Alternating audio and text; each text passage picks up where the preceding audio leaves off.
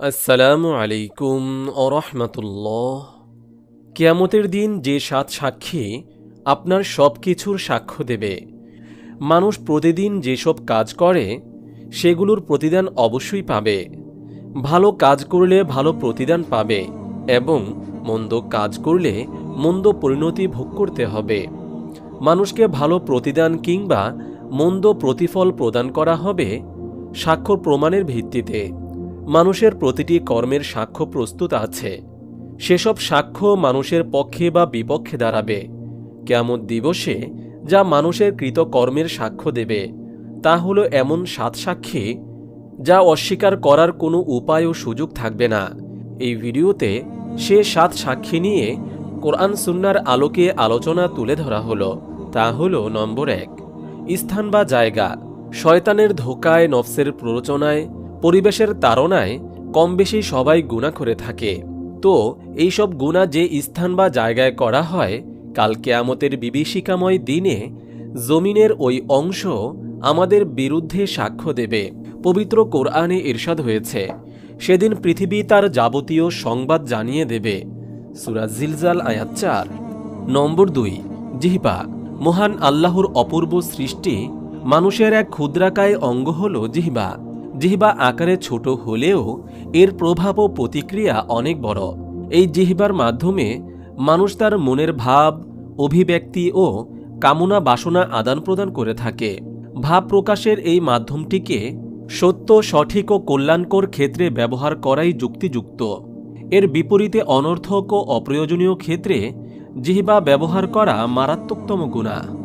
রাসূল সাল্লাল্লাহু আলাইহি ওয়াসাল্লাম বলেছেন, যে কোনো ব্যক্তির ইসলামের অন্যতম সৌন্দর্য হল অনর্থক কথা ত্যাগ করা।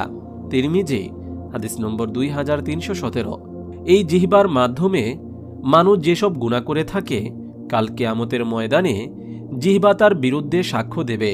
পবিত্র কোরআনে ইরশাদ হয়েছে, যেদিন তাদের কৃতকর্ম সম্পর্কে তাদের বিরুদ্ধে তাদের জিহ্বা, হাত ও তাদের পা সাক্ষ্য দেবে। সূরা নূর আয়াত ২৪। নম্বর ৩, শরীরের অন্যান্য অঙ্গ। শরীরের মধ্যে আরও যেসব অঙ্গ প্রত্যঙ্গ আছে, নির্দিষ্ট ওই অঙ্গ দ্বারা যেসব গুনাহ করা হয়েছে, শরীরের ওই অঙ্গ কাল কিয়ামতের ময়দানে আল্লাহর দরবারে তার বিরুদ্ধে সাক্ষ্য দেবে।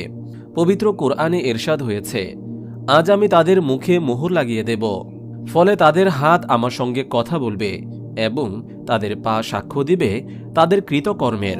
সূরা ইয়াসিন আয়াত ৫৫। নম্বর ৪, ২ ফেরেশতা। মানুষের দৈনন্দিন জীবনের ভালো মন্দ, ন্যাক কাজ ও বদ কাজ লেখার জন্য আল্লাহর পক্ষ থেকে সম্মানিত লিপিকর ২ জন ফেরেশতা প্রত্যেক মানুষের জন্য নিয়োজিত আছেন। তারা মানুষের কৃত সব কাজ পুঙ্খানুপুঙ্খানুভাবে লিপিবদ্ধ করে রাখেন। তারাই কাল কিয়ামতের দিনে গুনাহগার ওই ব্যক্তির বিরুদ্ধে আল্লাহর সামনে সাক্ষ্য দেবেন। পবিত্র কোরআনে ইরশাদ হয়েছে, তোমাদের জন্য কিছু তত্ত্বাবধায়ক ফেরেশতা নিযুক্ত আছে, সম্মানিত লিপিকর বৃন্দ, যারা জানে তোমরা যা করো। সূরা ইনফিতর আয়াত ১১-১২। নম্বর ৫, মানুষের আমলনামা। কিয়ামতের দিনে মানুষের আমলনামা তার কৃত গুনাহের ব্যাপারে সাক্ষ্য দেবে।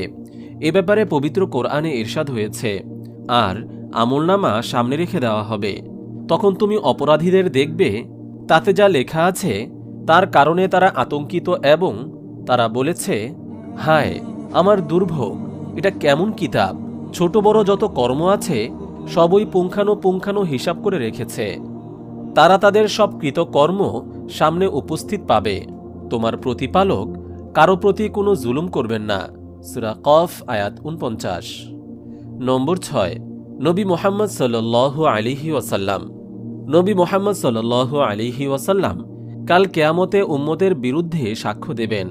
এ ব্যাপারে পবিত্র কোরআনে ইরশাদ হয়েছে, সুতরাং তারা ভেবে দেখুক সেদিন তাদের অবস্থা কেমন হবে, যখন আমি প্রত্যেক উম্মত থেকে একজন সাক্ষী উপস্থিত করব এবং হে নবী, আমি তোমাকে ওইসব লোকের বিরুদ্ধে সাক্ষীরূপে উপস্থিত করব। উপরোক্ত আয়াত দ্বারা বোঝা গেল, কিয়ামতের দিন প্রত্যেক নবী রাসূলরা নিজ নিজ উম্মতের ভালোমন্দ কর্ম সম্পর্কে সাক্ষ্য দেবেন। সেই ধারায় মহানবী সাল্লাল্লাহু আলাইহি ওয়াসাল্লামকে তার নিজ উম্মত সম্পর্কে সাক্ষীরূপে পেশ করা হবে। নম্বর 7, আল্লাহ তাআলা স্বয়ং আল্লাহ তাআলা বান্দার ভালো মন্দ কর্ম সম্পর্কে কাল কিয়ামতের ময়দানে সাক্ষ্য দেবেন। আল্লাহ তাআলা বলেন, আমি রহমান, রহিম, গফফার, সাত্তার। তবু কাল কিয়ামতের ময়দানে তোমাদের গুনাহ সম্পর্কে সাক্ষ্য দেব। এ ব্যাপারে পবিত্র কোরআনে ইরশাদ হয়েছে, হে মানুষ, তোমরা যে কাজই করো, তোমরা যখন তাতে লিপ্ত থাকো, তখন আমি তোমাদের দেখতে থাকি। তোমার প্রতিপালকের কাছে অনুপরিমাণ জিনিসও গোপন থাকে না, না পৃথিবীতে না আকাশে, এবং তার চেয়ে ছোট এবং তার চেয়ে বড় এমন কিছু নেই। সূরা ইউনুস আয়াত 61। তাই আসুন ওইসব সাক্ষীর কথা সর্বদা দেহমনে চিন্তা চেতনায় জাগ্রত রেখে ছোট বড় সব গুনাহ বর্জনে সচেতন ও সচেষ্ট হই। আল্লাহ তাআলা আমাদের সহায় হন। আমিন।